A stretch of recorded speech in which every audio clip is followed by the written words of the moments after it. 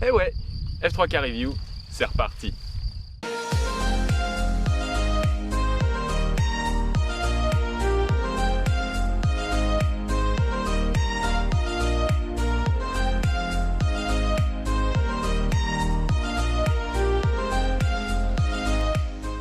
Donc aujourd'hui, comme vous l'avez deviné, on va parler de F3K et plus particulièrement j'aimerais commencer une nouvelle série pour tous ceux qui s'impatientaient. Est-ce que je vais refaire des vidéos de F3K? Est-ce que j'arrête? Machin. J'ai jamais réellement arrêté, c'est juste que je pense que vous le voyez derrière moi. Là pour l'instant, tout est en culture, tout est très haut. Là le blé et les foins sont aux environs de 60 à 80 cm de haut, c'est pas plus à certains endroits. Donc c'est super dur de voler. Mais j'ai trouvé une vidéo qui est possible de faire. Et donc on va commencer ce nouveau topic Pro Tips, donc les astuces d'un pro, par le taux de chute mini, comment le régler, comment le trouver et qu'est-ce que c'est. On va aborder toutes ces vidéos, cette série. Ce sera d'abord une partie théorique ici ou ailleurs d'ailleurs, mais une partie théorique et une partie pratique. Donc là, on attaque tout de suite la partie théorique. Le taux de chute mini, qu'est-ce que c'est? Eh bien, comme son nom l'indique, c'est le taux de chute minimum. Donc, le taux de chute minimum, c'est ce qui va nous permettre de rester le plus longtemps en l'air quand il n'y a pas de thermique. Alors, c'est le point le plus important, c'est quand il n'y a pas de thermique. Parce que s'il y a des thermiques, ce mode ne sert à rien, tout simplement.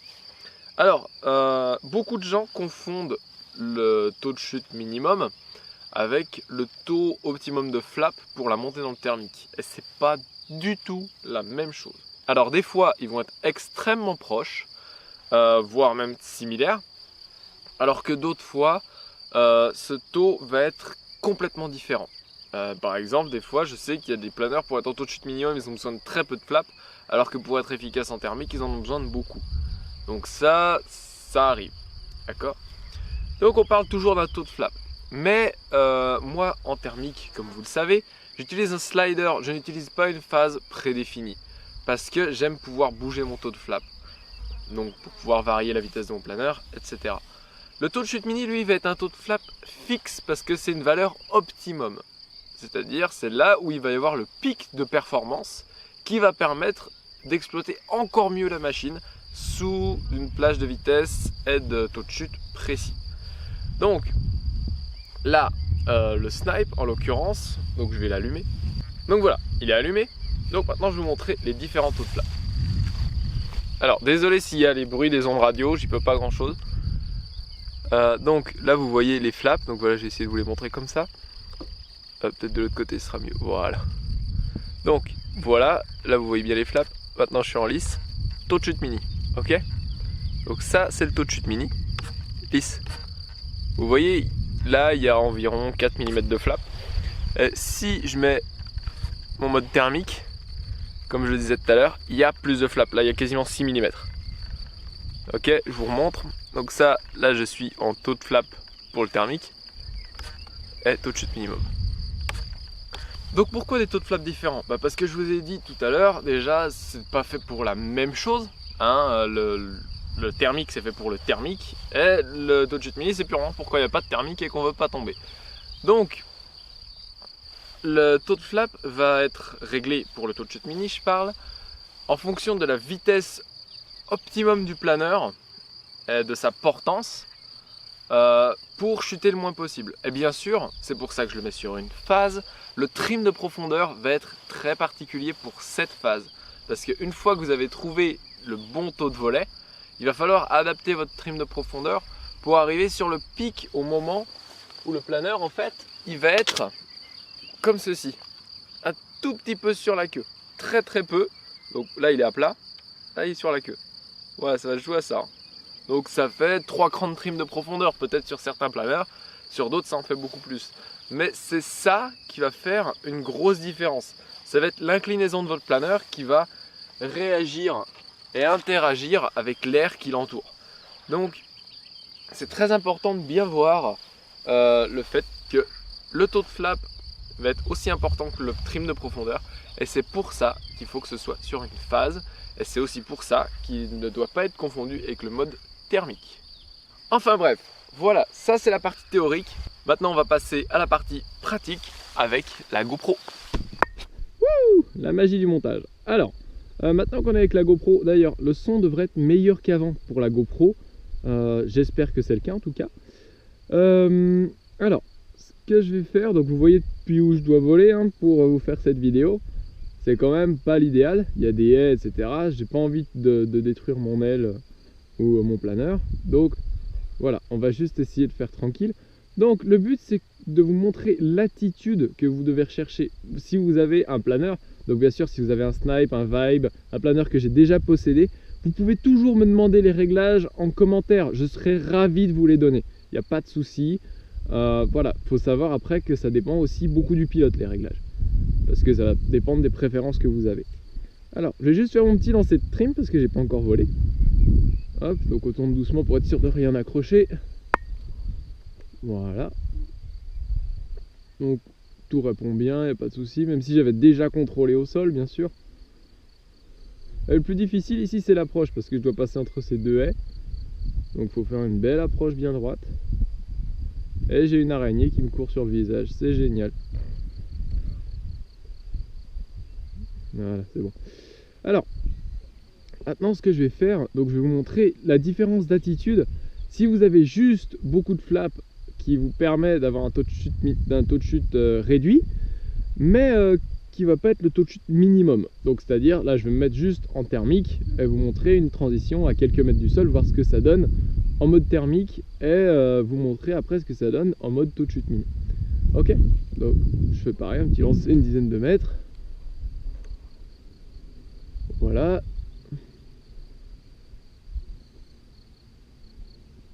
Donc là je suis en normal. Non, je vais revenir un petit peu face au vent. Et voilà, là je suis en thermique. Donc voilà l'attitude du planeur. Donc il faut que je passe un petit peu plus bas si vous voulez voir l'attitude du tube de queue. Comme je vous ai précisé pour que le tube de queue soit bien plat. Mais vous voyez, il est flottant et pas du tout verrouillé. En plus il y a un thermique juste là. Donc voilà, l'attitude, vous voyez, il a un petit peu queue en bas, mais pas tant que ça. Et il est très flottant, d'accord. On va en faire un deuxième de vol, en mode thermique toujours. Mais ce coup-là, je vais essayer de passer un peu plus bas, un peu plus comme ça, pour que vous voyez vraiment bien.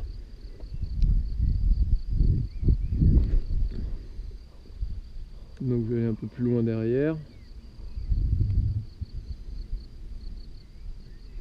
Alors j'espère bien cadrer parce que je sais pas comment j'ai réglé ma GoPro au niveau angle. Alors je vais juste descendre. Voilà, je descends aux AF, je me cale et je mets en thermique. Donc là je suis en thermique. Donc comme vous le voyez, il est très flottant. Pas verrouillé du tout, il va tendance à voler très lentement. Et à beaucoup osciller du fuselage. C'est-à-dire le fuselage va beaucoup faire queue montante, queue descendante, comme ça, sans vraiment avoir un axe prédéfini, et en volant limite trop doucement. Ok? Donc là maintenant vous avez vu le mode thermique. Maintenant on va se mettre en mode taux de chute mini et faire la même chose.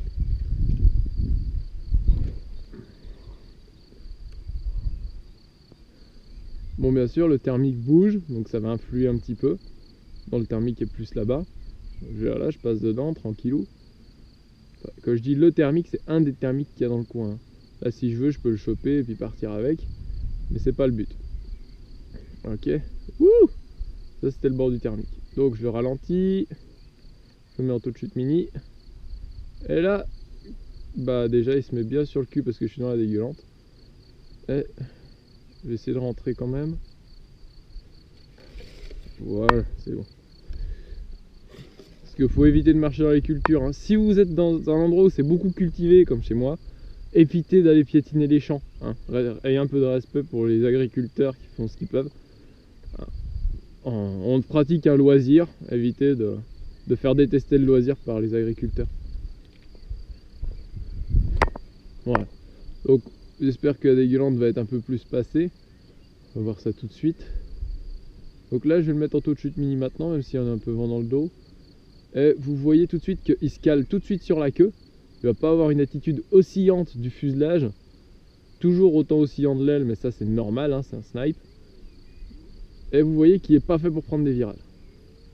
Mais il va voler un petit peu plus vite. Même s'il est sur la queue, en fait, il va tout simplement chuter moins. Alors, bien évidemment, si vous êtes dans de la dégueulante, le planeur va chuter plus vite en taux de chute mini qu'en normal. Pourquoi? Parce que tout simplement, il essaye d'exploiter tout l'air qui l'entoure. Et s'il exploite de l'air qui descend, il va descendre plus vite. C'est simple que ça. Vu qu'il accroche l'air, hein, tout simplement, pour chuter moins, il accroche plus. Donc, tout bêtement, si vous accrochez de l'air qui descend, ça descend plus vite. Donc voilà, je pense que vous voyez bien la différence quand même. Là, ce qu'on constate dans de l'air agité comme ça, c'est que le taux de chute mini est vraiment à éviter. Il n'y a pas photo. Voilà, je me remets en taux de chute mini, tranquillou. Voilà, là on voit vraiment l'attitude queue basse du planeur.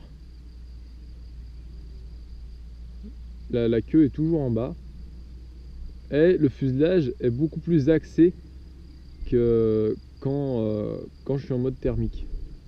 Donc si vous n'avez pas bien vu comment le fuselage est axé en mode thermique, n'hésitez pas à retourner en arrière sur la vidéo et à le remettre. C'est assez important, je trouve, pour se refaire la vidéo 2-3 fois pour que vous le voyez bien. Donc voilà, on repasse à la grosse caméra pour la conclusion. Bon, voilà, c'est la conclusion de cette vidéo. Donc, je pense que ça vous a permis de voir un petit peu ce qui se passait en l'air. Alors, sachez que là, c'est vraiment pas les conditions idéales pour le faire parce que l'air est beaucoup plus actif que ce que je pensais. Mais quand même, ça a permis de montrer un petit peu l'attitude du planeur et ce qui fait vraiment la différence entre le mode thermique et le mode taux de chute mini. Et ça, vous devez vraiment faire la différence pour comprendre quel va être l'optimum de l'un et de l'autre. D'ailleurs, je pense que du coup, vu que j'ai fait cette vidéo là sur le mode au mieux du taux de chute mini, la prochaine vidéo que je ferai, enfin une des prochaines en tout cas, ce sera sur le mode thermique, comment le régler au mieux. Parce que du coup, ça va permettre de vous rendre compte de la différence de ces deux modes. Et sachez très bien que le mode taux de chute mini est hyper indépendant du snap flap, alors que le mode thermique est dépendant du snap flap.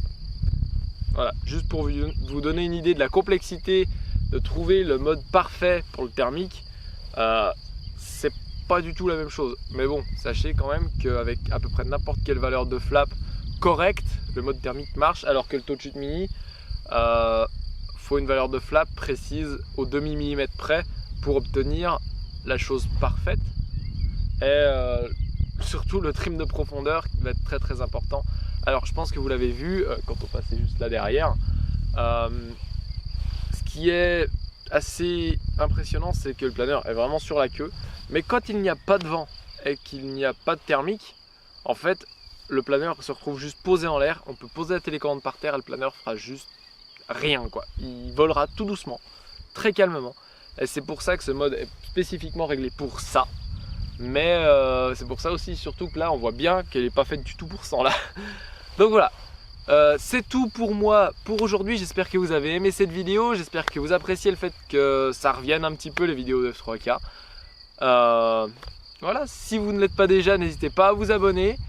Et à la prochaine pour une nouvelle vidéo pro type ou quelque chose d'autre, peut-être fun, etc. Voilà. Sachez quand même que je vais faire toujours beaucoup de vidéos de FPV. Je vous le dis juste comme ça parce que pour pas que vous soyez étonnés. Voilà. À la prochaine. Ciao.